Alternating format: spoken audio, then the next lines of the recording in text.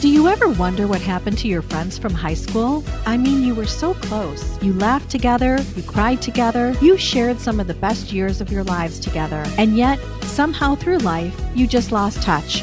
Now it's time to relive those moments once again. Introducing the podcast that takes you back in time to the place where it all began. This is Class Reunion. We're bringing you all the gossip, secrets, and scandals from your high school days that you won't want to miss. Join us as we catch up with old classmates and dive into the wildest stories from our high school days. From those legendary parties to the infamous cliques, we're spilling all the tea on who's who and what really went down. So grab a seat, turn your volume up, and get ready for a trip down memory lane.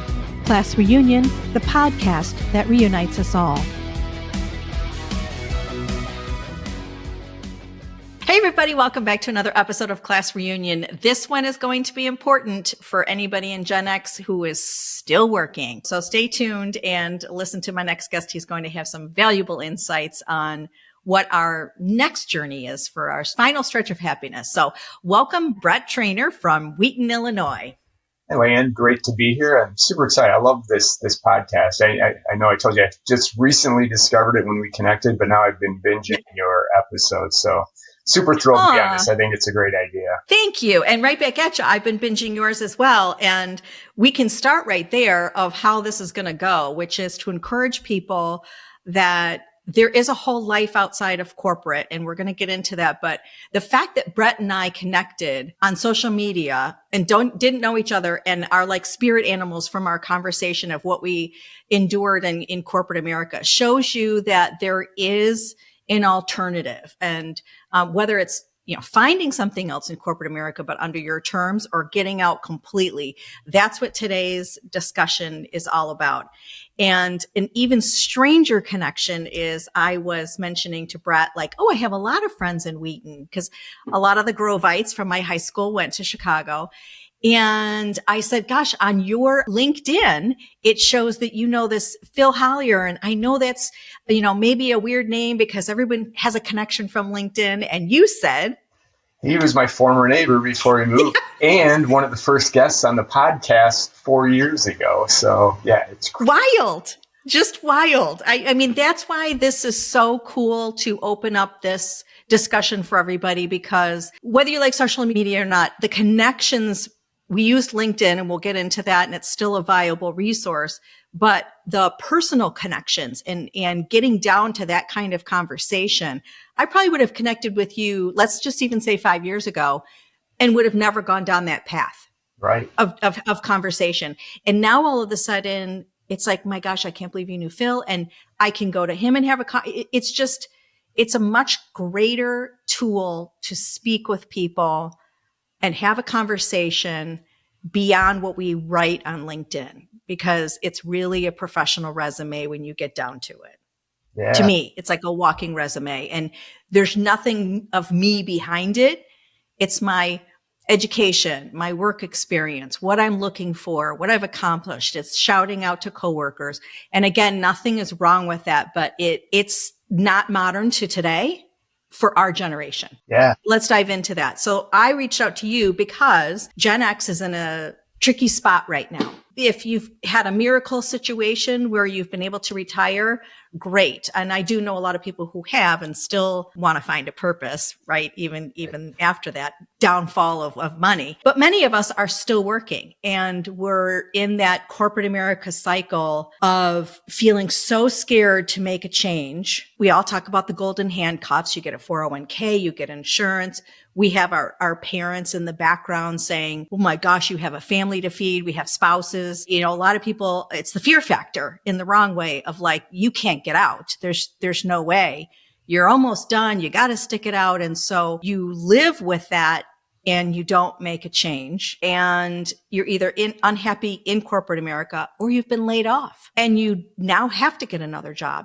And I just want to pause and say what Brett is doing is to give you a foundation for discovering what you want to do to make you happy that fits in your next opportunity from here on out. Am I saying that correctly? Because I don't want to undermine what you're doing, but you have this passion to help Gen X people find something different? Yeah, opening up the possibilities, right? I mean, just to go back a half second with, you and I are on a podcast together, right? You may have even seen me on TikTok or vice versa that, 4.5 years ago, this never would have been, you have a podcast and on TikTok and that's your greatest social channel. You're like, what world are we living in that this is happening? But that's what I've kind of learned of the possibilities and, the term 2.0, what's the next, life version for you. And it was, at the end of my corporate career, and it was my wife that said, what the hell is the matter with you, right? And we may have talked about this before, but everything on the surface was fine, right? It was a good, well-paying job. I liked, the people I was working with for the most part. And but something it was just not there. And hindsight's always 20/20. And looking back, it was, I was just done climbing the corporate ladder, and what the hell am I doing, right? Where am I going? Am I going to have to do this for the next 20 years or 15? And I just said no. And yeah, that started the path out of corporate. Didn't have a plan, which I don't recommend anybody have a plan. Right? Build a bridge, these different things. Yeah, I like build a bridge. Yeah. But yeah, so it's once you get to the other side in which you're there now, it's kind of amazing. It's still hard work. It's different, but it's your time and your effort going towards your thing, not the corporate machine or the shareholders or those other things that we were conditioned since the age of 18 or 20. That's just what you do.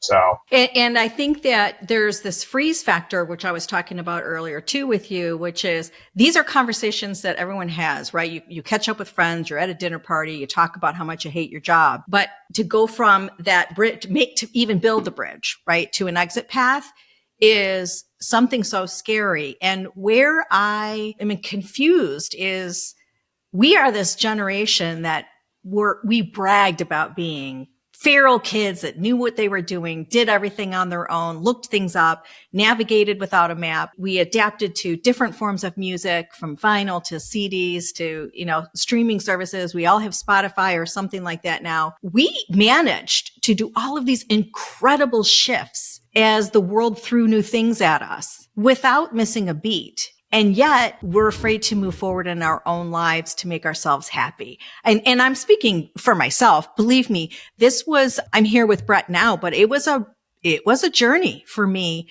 to get past the naysayers and people that were not comfortable with me saying, oh, I'm going to get out of IT. But we are that person. And I just feel like we all have one more fight in us.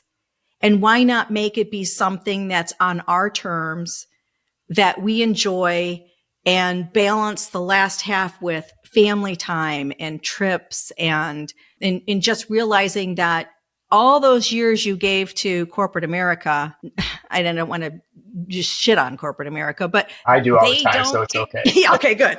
They don't care. Like I look back and like you said, hindsight's 20/20. I look back at all the sacrifices I made and all the planes that I got on at the last minute and meetings I had at the last minute. And I mean, I was gone every week, and you do all of that and you're like, okay, so I'm still not valued.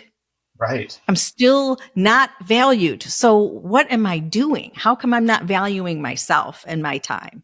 And I will say, I think COVID, for worse or for better, enlightened us in that thought process. Like it really did make us stop and think about, wow, I can go to games and I can do things and I can work from Tennessee in an Airbnb and things still get done and I'm happier. And I'll share a story. I went to Easter dinner in the neighborhood and I'm not making what I did at all. But the woman said to me, she pulled me aside and she said, you look happy. She said, I don't know what it is, but you look really happy.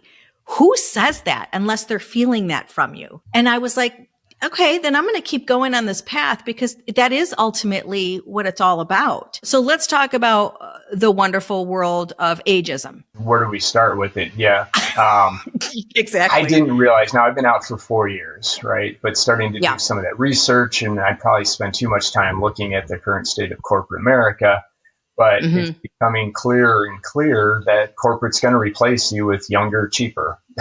Yeah. Any opportunity they can, regardless of how much strategic and value that you can bring to it, which is still crazy to me. And I get it. I shouldn't be surprised living in it for so long, but it just seems like every tactic that a corporation can pull, they're doing these days, right? Ageism, the dry promotions are now a thing. And obviously the layoffs you've got going out there, the return to office mandates, the micromanagement, it just seems to all be piling on where, at least when I was going through it, it was one or two things that maybe have been a factor. But I don't know. I mean, it just seems to be even more profit driven, shareholder driven than ever. And maybe it's just I'm away from it and it just seems worse. But I get a sense from a lot of people it is worse. It is worse. And we're not done, laying off. So when you had the first round after COVID, you kind of understood, right? You were like, okay, we were probably all running too fat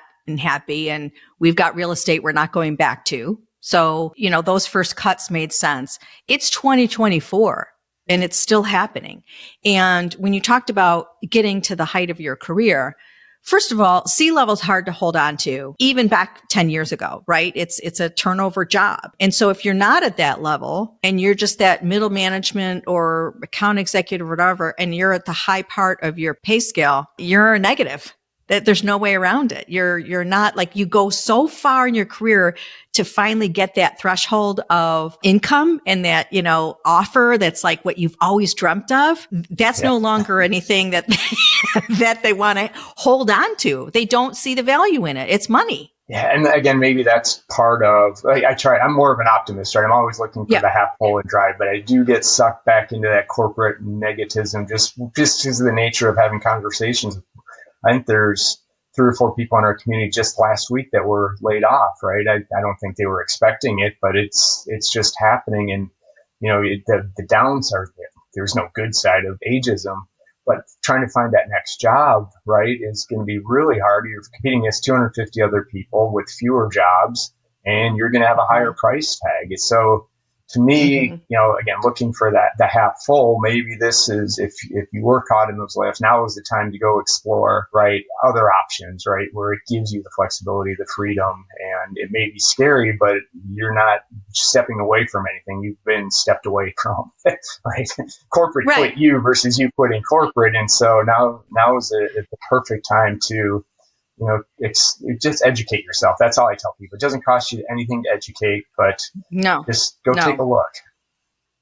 Go take a look. And we're going to talk about what you're doing in a minute. But I told you on the phone I would share one of my stories. And this was, for me, the catalyst of like why I wasn't going to go back. I'd had jobs at Salesforce, and it's a big company name. Like it's a big deal to get into that company. And so when I had left and decided that wasn't a company for me. Salesforce is really big. I've shared with you that boomerang effect. They call you boomerangs, welcome back boomerang. And I was going through all of these interviews, and it's time and effort on the candidate side as much as it is on the employee side that's hiring you.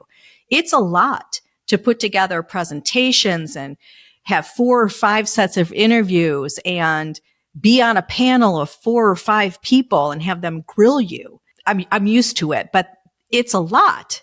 Yeah. And so I finally was on this panel of all women, which I thought would be a bonus. I looked at all their LinkedIn profiles because I knew that they were much younger than me. And I wanted to come in with guns blazing of like, I know all about you and I celebrate all the things you've done so far. 5 years in the force. And, and I know you're a big Heather McMahon fan who's a comedian that I love. And I went to go see her show and all that kind of stuff. Oh, you know Heather McMahon? Yeah. Yes. I know Heather McMahon. You think I'm bonding. I'm going out of my way to go in this, younger generation.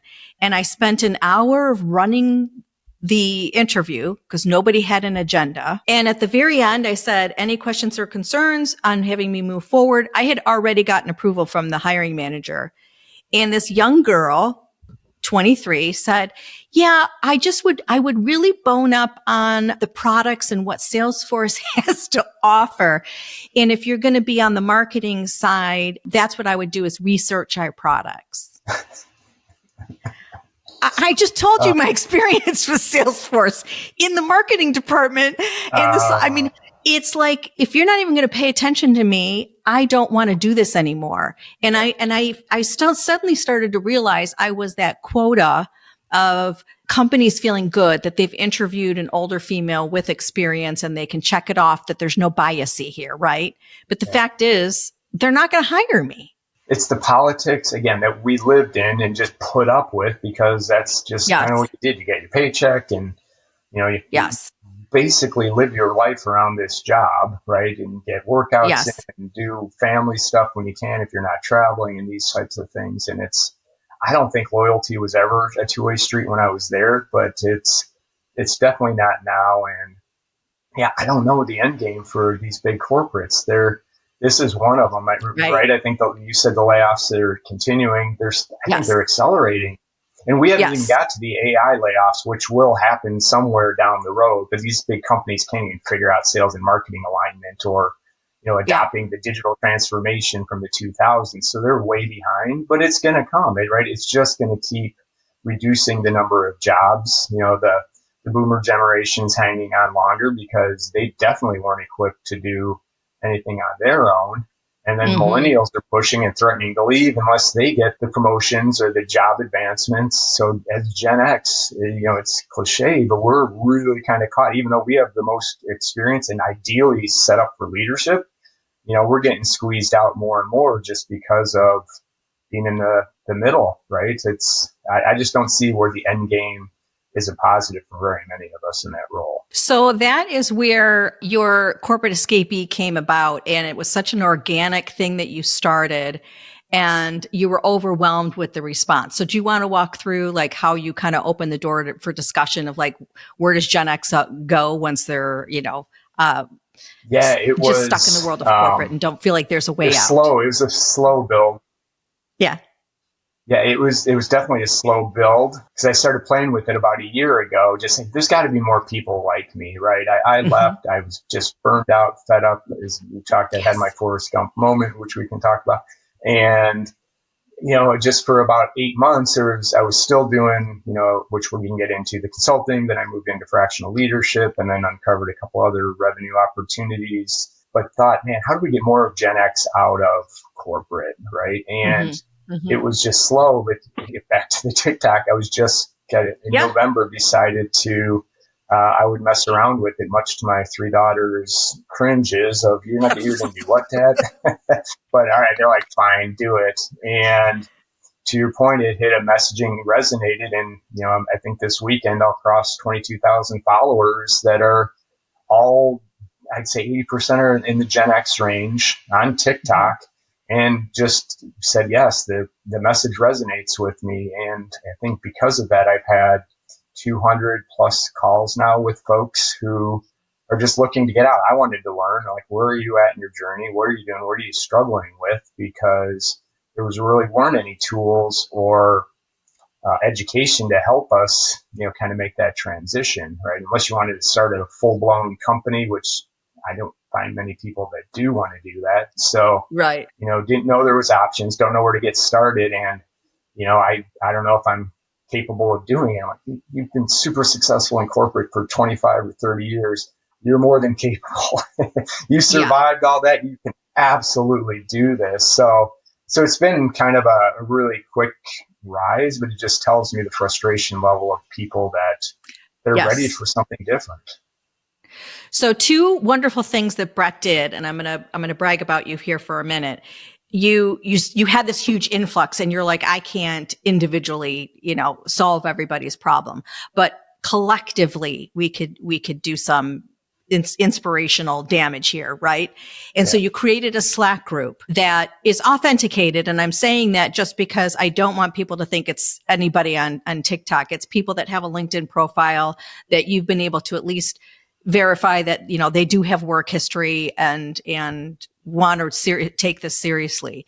And I joined right away. And why I mentioned LinkedIn, again, I'm not dissing LinkedIn, but these are real conversations, no buzzwords, no trying to impress anybody. It's like, look, I have this many years of experience. I was laid off. Is there any connection or skills or classes or anything outside of thinking outside of the box that I can do to find something? And you have all different types of subjects in there for people to lessons learned or connections, but it's so much deeper than what's on LinkedIn. And you can feel that connection is authentic and compassionate, and everyone's really trying to help each other out.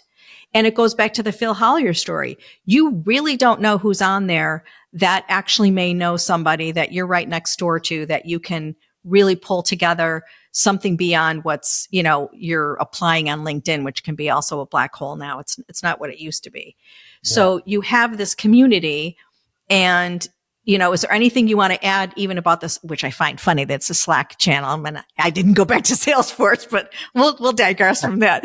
But what have you had as successes from building that forum for everybody? And Slack was actually intentional because I had looked at a different type of community tool, but a lot of feedback is like, I just don't want to log into another application or a weapon. So most folks in corporate had Slack or used to it, so it was an easy transition. When I started, I just wanted to collect folks, right? I had good conversations with people. I know we can help each other, but without anything, they were just kind of disappearing. And you know how relationships go, that there's some really good people. So I said, let's start getting everybody together. And now what's happening is people are really starting to work together, right? Even organically through as they're connecting within the community. And the other thing that I have found and encourage people is, even if you're both chief revenue officers or in marketing or technology, work together in uncovering opportunities, because unlike in corporate where you're competing for that promotion, or if somebody gets something, it's zero sum game. Here it's abundance. There's still so much opportunity. And when people with like backgrounds work together, then you have to work together, share ideas. Maybe you have a project doesn't make fit. It's been refreshing to see how that works versus the competitive. Because even if you think about some of the networks, even when you were in corporate and outside, you're still jockeying for position and doing those things. So, I think refreshing is the right word, that people are truly trying to help each other with a novel concept as we go through the process. So part of it is, this community is only a couple months old. So we're still trying to figure out how we can add the most value and connect. But yeah, it's been some really good people. It goes to that old cliche that we should have taken heed to years ago, which is work smarter, not harder, which leads me to that word fractional jobs, because we've talked about it. We're familiar with it.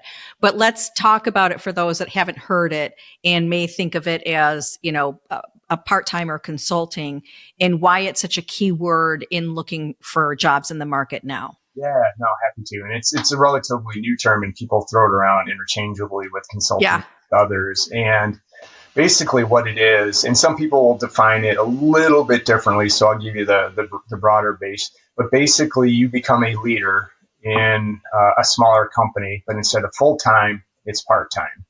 And I like it's any leadership position I think applies. And you think enterprise, whatever you do in an enterprise, you're heading up marketing, you're heading up sales, it doesn't matter, because these small businesses need this help. But if they wanted to hire somebody with our experience, they couldn't afford to do it. So now what they can do is hire you for basically a day a week or 10 hours a week and provide the strategy, the leadership. You become a part of that team. You basically just cut out all of the crap from corporate, right? The unessential meetings, the fire drills. It's just not there. And you help them build out that piece of it. And the beauty of what we can leverage with our 20 years of experience is these businesses are hungry for you can even, I don't want to say get creative, but fractional is the easiest one. It's just a day per week, per month. You charge a retainer, so it's not even an hourly rate. And you sit on that team and provide that type of leadership. And there's obviously the consulting But that's more of a fixed fee, fixed duration. You're coming in to solve a problem for a company. Some people like that, but it's not as predictable as what a fractional job. There's interim, which is you come into a company full time, but it's for a set amount of time. It could be 3 months, 6 months, whatever it is. Again, that's not appealing to me because it's just corporate for a shorter amount of time. Yeah. And the third Still or the other handcuffs. Exactly. The other piece is now we're starting to see the opportunity to do more advisory work. I think the old days advisory with that board of directors, but advisory is, hey, this business may not even be ready for a fractional yet, but they're starting to think about implementing a new technology or something. So you can work 5 or 10 hours a month with this business owner, providing that guidance, or you may even be able to help them find a resource that they're looking for. So what I encourage folks, especially in corporate, is look, if somebody's paying you to do a job, you're solving some sort of problem. Right. Whether it's sales, you're looking for new customers, whatever it is, take that same approach with the problem you're solving and apply it to the small business world and meet the customer where they're at, right? So if they need advisory, if they need a fractional, if they need a project work, it's all tied to what you're focused on. But you and the business is going to get value. You're going to get a premium for your time. And you cut the crap of corporate out, right? The overhead just goes away and you're only doing the thing that corporate's paying you to do. And now you get to do it exclusively. So hopefully I didn't confuse that more than cleared up.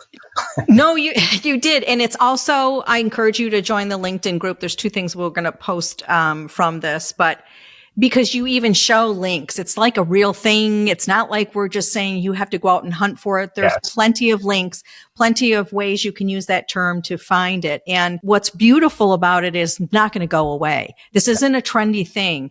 Think about how we complain about corporate America. Well, guess what? I will say the pivot that they're doing in a positive, like you said, the glass half full, they're realizing that they need that talent and how can they fit it in their budget?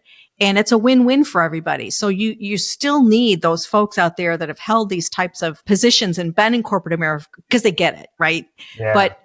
But it's not going to be something where you feel every day that fear of being let go. It's a handshake between 2 people are like, we're a small business. We know we need this leadership. We just can't, put it under the umbrella of corporate lifestyle or whatever. And you're like thinking to yourself, yeah, heck yeah. Cause I can go for a walk in the afternoon or I can do something in the evening and work out like I never did. I'm not in the airport every day.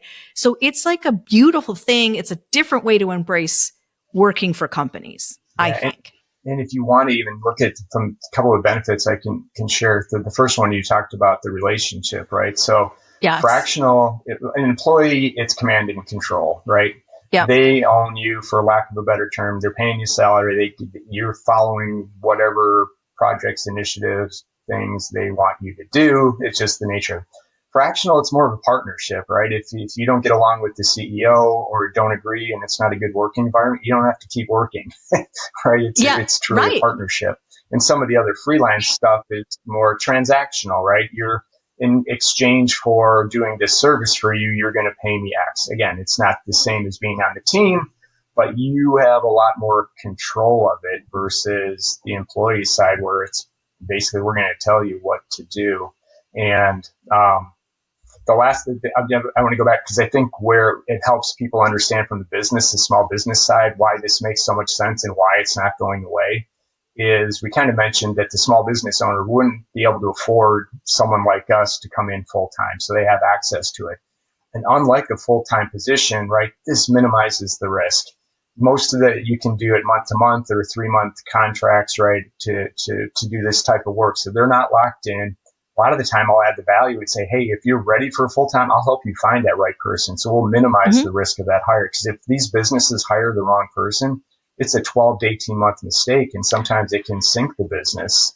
So, right, it's the win. It's going to save them money. They're going to get the experience and you're going to minimize risk. So are all business owners on board with this? No, but you wouldn't want to work for the ones that aren't. But when you have that conversation, the light bulb goes off and they're like, okay, so this truly is the win-win, right? That everybody's getting what they want out of this thing. And so I think that's part of hesitation with folks is, do businesses really want this? Is this just a fad? It's not a fad, right? They're going to be able to leverage, and we're uniquely positioned to have that experience to provide to these businesses. So that's why I'm so excited where this is going versus I think it's still in its early days. And the sooner you get in, the more you have the pick of what you want to do. Exactly. And let's talk about the other thing we're going to do. So we've got the Slack group, but you're also allowing me to provide a download for the listeners. And it's not just a basic download of like, really, what do you want to do if you get outside of corporate America? Because when I looked at it myself,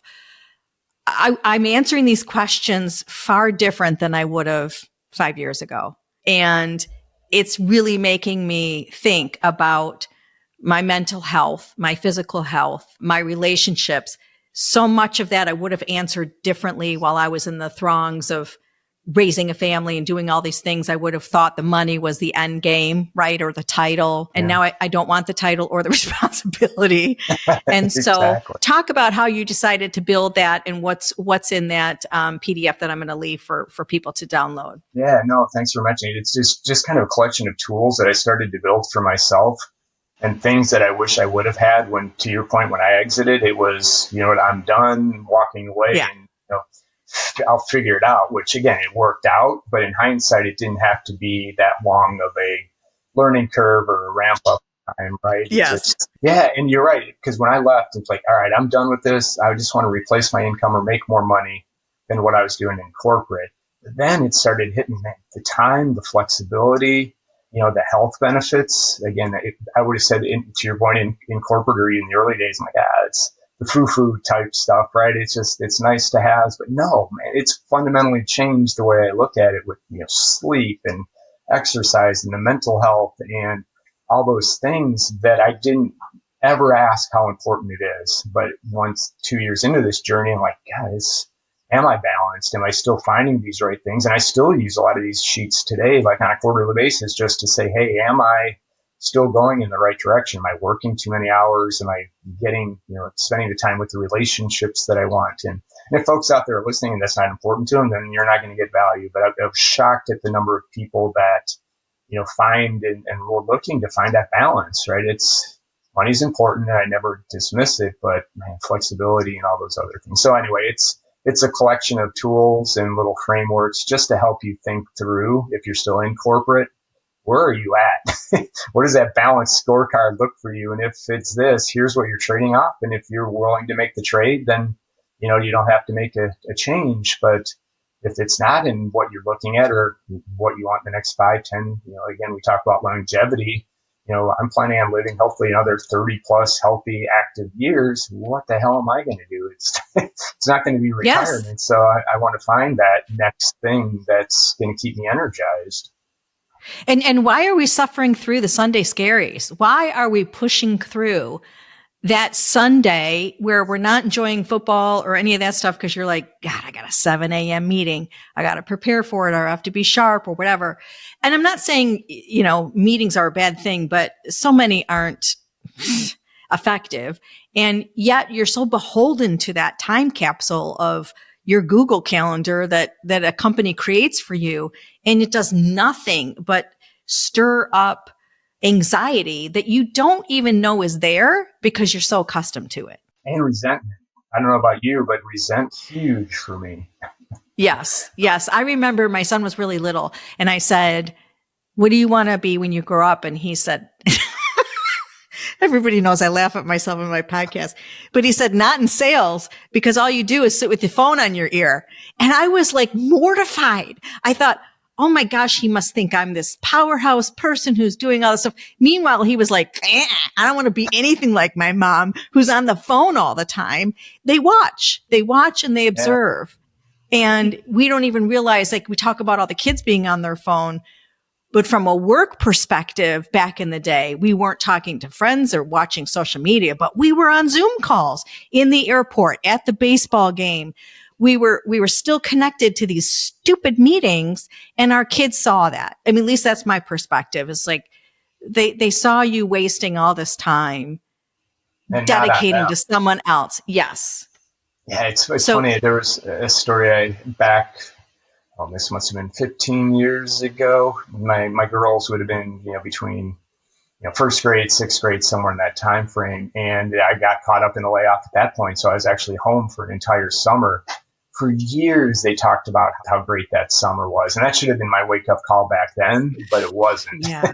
that No. I was around for that much time and all that time. So Aww. That still sticks with me now. And like I said, better late than never, right? They're all almost completely out of the house. But again, we get a whole 2.0 version to build, and we get to hope for the last laugh out of all this. So where are your daughter's thoughts now? So let's talk about, because they're trying to build their careers too and finish college and things like that. But like, are they seeing their opportunities through a new lens from what you're doing, or are they still thinking they don't relate to the path you're on? Yeah, no, I think they do. So my two younger ones are in healthcare, so it's a little bit different corporate. They still got some of the challenges, but one's a nurse and one's a PA. So they're on site. There's really nothing they can do, but they like the flexibility. That's part of what they're building, is flexibility into their life. My oldest was just caught up in her first reduction in force, this week. And so obviously I don't think she actually listens to the podcast, but she does see my TikToks. And so she's looking at the future. So I think they see, how do I build or design this with more flexibility than just the job running me, which again, there's still not a ton of really good options, but it's getting better. But if you go in with eyes wide open, it'll give you a better shot of, setting yourself up. Where when I was their age, it was just hard charge. How do I get that next promotion? Where's that next gig? You want to get on a plane? Absolutely. Let's go do whatever. And so I think they've seen the awakening, if you will, of where the options are. So yeah, they tell me that they follow. I know they follow me on TikTok, but I know they don't listen to the whole thing. It's okay. I still don't think my family knows I have a podcast. So. Oh no! I mean, it used to be referred to my little show.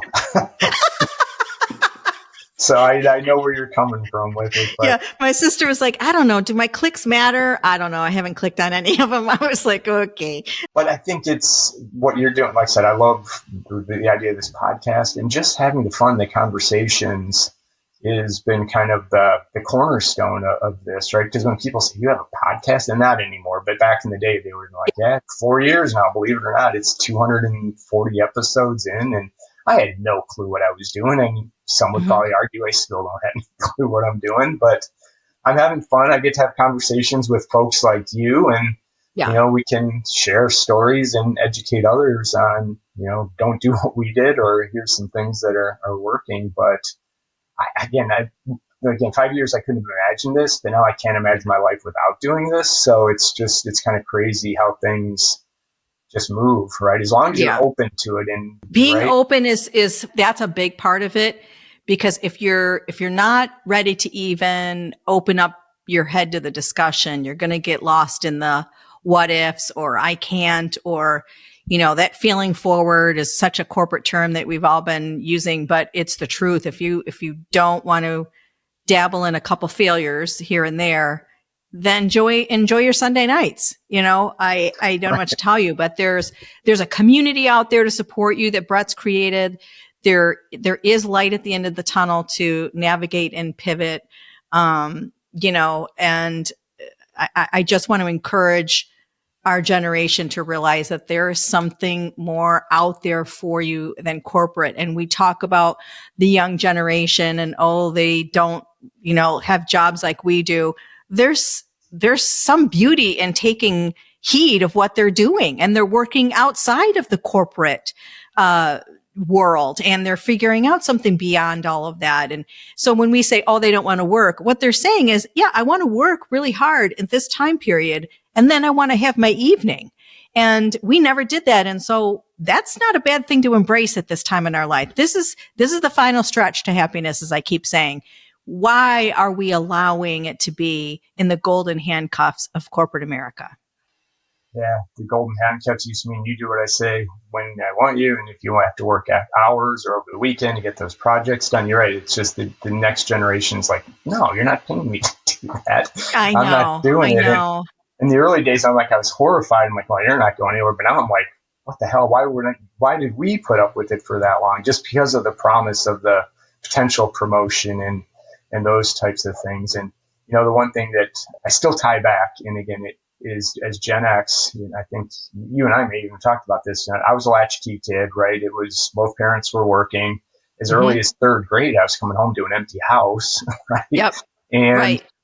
Nobody bailed us out of any kind of a jams, right? It was basically the mandate was don't get seriously hurt and don't hurt anybody. If you guys are out playing, be home by dark, but go figure it out. And we did. We loved that. I guess most of us probably loved that freedom, which we didn't know at the time what it was, but get into that corporate box. And I bet you think back earlier in your corporate career, it was, why can't we do this? Why can't we do this? Why can't we do this? And over the years, it just becomes like, don't rock the boat. Don't make a mistake. I don't want to get fired, or, we can grow.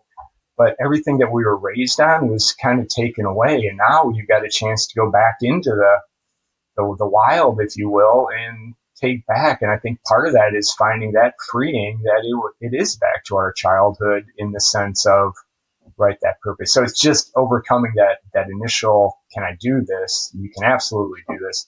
And the other thing I tell people is, look, you think if you're exiting corporate, which again, have a plan, but if you're exited from corporate, you think it's walking this tightrope between two skyscrapers. Actually, the tightrope's between, is 6 inches off the ground. If you don't like it, if it's not for you, you don't find your path in there, you can always go back to corporate. You're not asking to sell the house and mortgage everything in order to do this, but just go test it. And what I'm seeing there's a lot of, I can do this, I can do this, which is great. But the folks that are actually, I will do this, are the ones that are knocking it out. They're going quickly because they're doing, right? The doers are being rewarded. So think back to your youth when you were doers all the time and just apply it. And I know it sounds super simple, but the opportunities are there for the folks that just want to go do it, right? You don't have to start Google or Facebook. You don't have to, if you want to, open a flower shop or a cafe, absolutely. But there's never been a better time to monetize your corporate experience. And it's okay if the first one doesn't work quite the way. You learn and you move on and you reposition it the next time. So that's again, my message to everybody is education. Just look at the possibilities, test it. If you don't like it, no harm, no foul, and there'll be a place hopefully for you in corporate somewhere. You might have to work harder and harder to keep your placeholder there, but it's still going to be there. So, and you're going to enjoy it a lot more than what we're doing now. I like the latchkey revival. I think that's so true. Like, we need to go back to that feeling of our freedom and knowing we can get things done. So I love that. The Corporate Escapee, Brett Trainor, fantastic conversation. I still think we'll probably loop back again because there's so much to uncover, but I will have the PDF. I will have the Slack group. You are here for all of us that are feeling this pain of what do we do next. So I applaud you. And I know you're just at the tip of the iceberg of what is to be from all of this, but your group alone is fantastic. And I'm so grateful that you chose to move forward with it. It's how I met you, and I'm very fortunate. So thank you very, very much. No, thank you. And I think, again, all are welcome, right? So that's the beauty. Yes. If you're curious, come on in, test it. Nobody's judging you. People will be supportive. As I tell people in the community, it's anonymous. So if you're worried about Big Brother spying, that you're checking out something called the Corporate, don't worry, we're not telling anybody that you're in there. Right. So you're welcome. So, because we've had a few members that have, still employed by some really big companies that have secured their first couple of customers and are giving their notice. And I'm going to have them come on the podcast as well. But oh, great. Can't until they actually leave corporate. Yeah. So my bigger point is, it's okay if you're still in corporate, you just want to test it. This is exactly what we're here for. Thank you so much. Fantastic. Well, have a great weekend. I hope to be in Chicago and meet you personally, because there's so many people I know that are up that way. So would love to connect, and have a great weekend on your own terms. You too, and enjoy Sundays. I do. Yes. Yes. Thanks for being on Class Reunion. I appreciate it. All right, friends, that's it for this episode of Class Reunion Podcast. Thank you so much for listening. And if you enjoyed this episode, please subscribe to the show, write us a review, and share this podcast with a friend. Until next time.